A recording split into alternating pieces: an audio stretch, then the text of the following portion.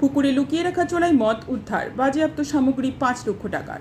নমস্কার, স্থানীয় সংবাদের ডিজিটাল মিডিয়ায় কুমারের চাণকের রিপোর্টে আমি শুভ্রা দাস। চোলাই মদের বিরুদ্ধে ফির অভিযান চালালো ঘাটাল আবগারি দপ্তর ও ঘাটাল থানা।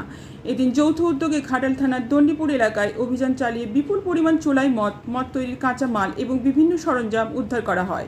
কিভাবে চোলাই মদ উদ্ধার করে নষ্ট করা হচ্ছে দেখুন।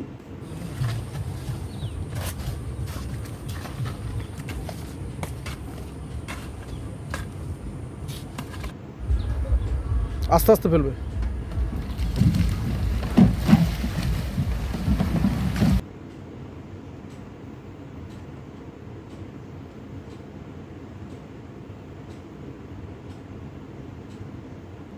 আবগারি দপ্তর সূত্রে জানা গিয়েছে, অভিযানে প্রায় 2300 লিটার চোলাই মদ উদ্ধার হয়েছে।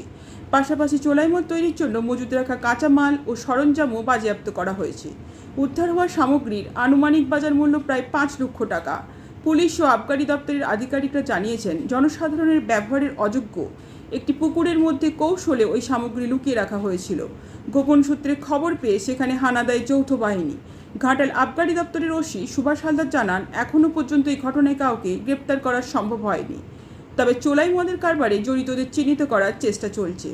তিনি আরও জানান, বেআইনি মদের বিরুদ্ধে আগামী দিনেও আরও জোরদারভাবে অভিযান চালানো হবে। নমস্কার।